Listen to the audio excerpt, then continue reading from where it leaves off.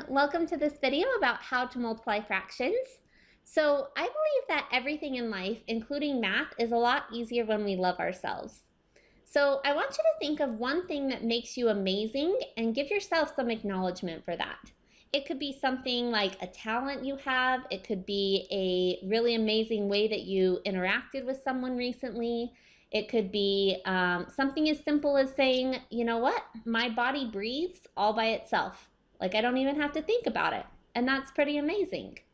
Whatever it is, give yourself that little bit of love. Take 2 deep breaths and let's make this math easy.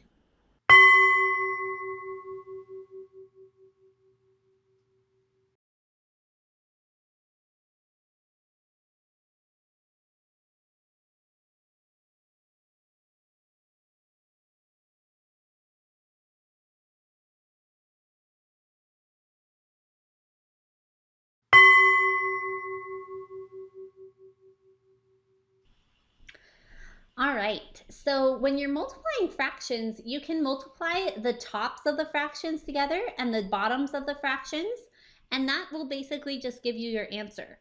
So if we look at this red fraction and you do 2 times 1 equals 2, 3 times 4, that equals 12, that would be your answer, and if you wanted to, you could reduce it.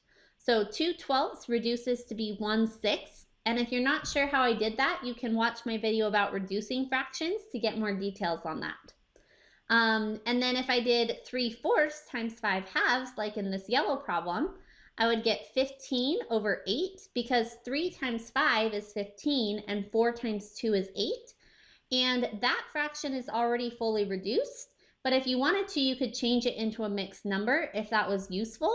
And you could get 1 7/8.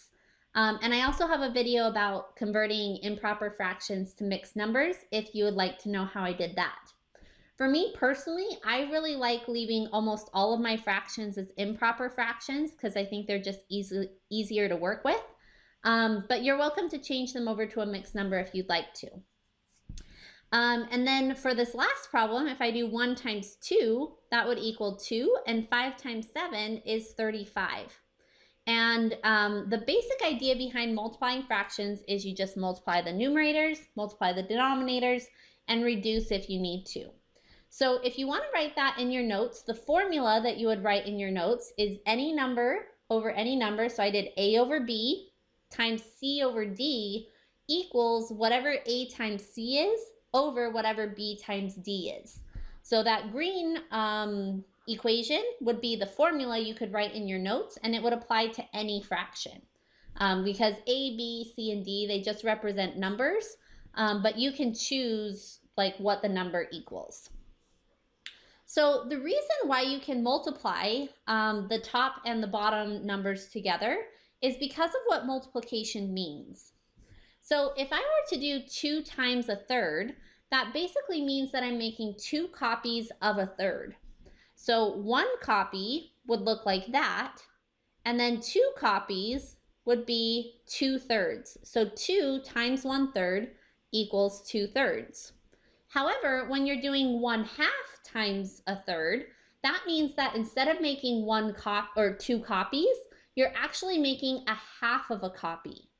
So a half of a copy of a third would look like this, and you would only have half of that.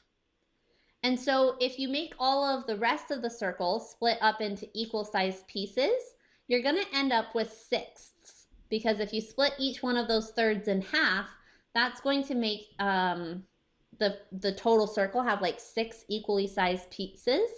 And then you're only going to have one of those because you made a half of a copy of a third. And that's the reason why you multiply both the top and the bottom of the fraction when you're multiplying, versus like when you're adding or subtracting, you have to find common denominators and you don't add the denominators. And that's just because addition and multiplication are very different in terms of what they mean. So another way that you could look at fraction multiplication is with an area model. So imagine that you have a farmer, and this farmer owns 2/5 of a square mile. So this black square represents 1 square mile. And these 2 green stripes represent his farm because he owns 2/5 of a square mile. So this is 2/5 right there. And let's say when he's ready to retire that he wants to split up his farm equally between his 3 children. So he splits up the farm into 3 pieces, and his children each get 1/3 of his farm. Now the white lines represent his neighbor's farm, so he can't sell that, or he can't give that part to his kids because he doesn't own it. So the 2 parts that his kids get are just the parts that are in his part of the farm. So you can see that each child gets 2 parts, but those parts are not the same size as the original fifths.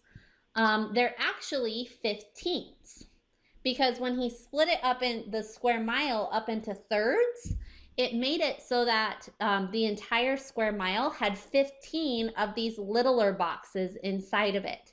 So each child gets 1/3 of the farm, but because the farm is not a full square mile, it means that they get 2/15 of a square mile.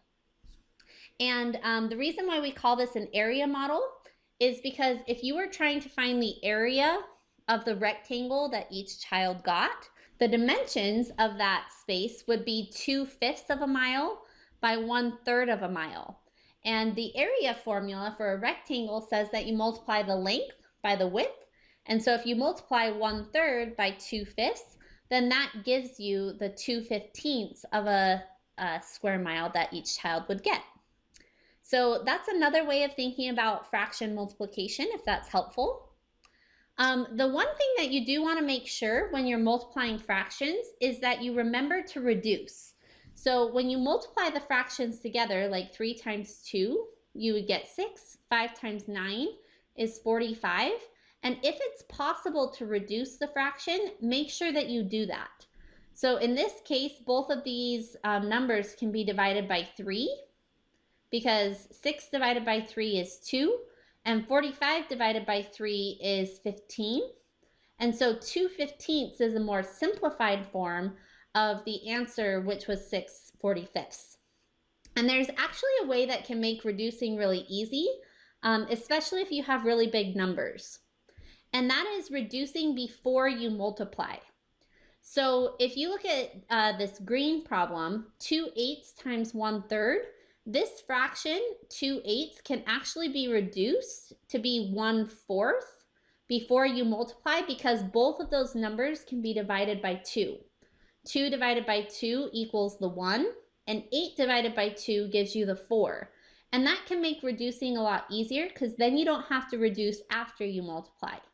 So you'd go 1 times 1 is 1, 4 times 3 is 12, and that's the same number that you would have got if you had done 2 times 1 and 8 times 3 and gotten 2/24, but it just makes it so you don't have to reduce it with the bigger numbers, which can be really helpful. You can also do what I like to call cross reducing, which basically means that since 3 and 2 are going to be multiplied eventually anyway, you can reduce the 3 with the 9, even though the 9 is technically under the 2. So you could say, well, 3 and 9 can both be divided by 3, which means that the 9 divided by 3 would equal 3, and 3 divided by 3 would equal 1. And then you can multiply those together. So you could go 1 times 2 is 2, 5 times 3 is 15, and that is a fully reduced answer, and you wouldn't have to worry about reducing what it would have been if you had multiplied it like normal. Like if you'd done 6/45, you would have still got the same answer, but it's a little bit easier to reduce before versus after. And you can actually do both if you want to.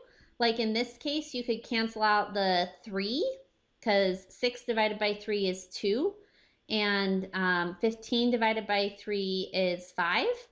And then you could reduce that even further and cancel out the 5 and the 10 and say that 5 divided by 5 is 1, 10 divided by 5 is 2. And then when you multiply, you'd go 2 times 2 is 4, and 1 times 7 is 7, and your fraction is fully reduced after you multiply it, because you did all the reducing before you multiplied. So that's a possibility if you want to do it that way. You don't have to do it that way though. That's just kind of a shortcut. Just make sure that you only do this with multiplication. You can't do this with addition or subtraction or division because those operations work differently. It's also kind of cool because when you get into polynomials and you start multiplying rational expressions, you can use that same method of cross-reducing to make the problems a lot simpler. I won't explain that in this video. If you want to learn about that, you can check out my multiplying rational expressions video, but it is a very similar process there. So to summarize, when you're multiplying fractions, you want to multiply the denominators and multiply the numerators, and then reduce if needed. And you can reduce before you multiply if you notice any patterns in the numbers that you're multiplying together. And that's how you multiply fractions. I hope this was helpful for you. Let me know how easy this was by commenting below, and then subscribe for more easy math videos. You may also want to check out my fractions playlist on YouTube, and if you'd like more help with your math homework, go to mathtutoringonline.com to ask a question or book a one-on-one tutoring session. See you soon!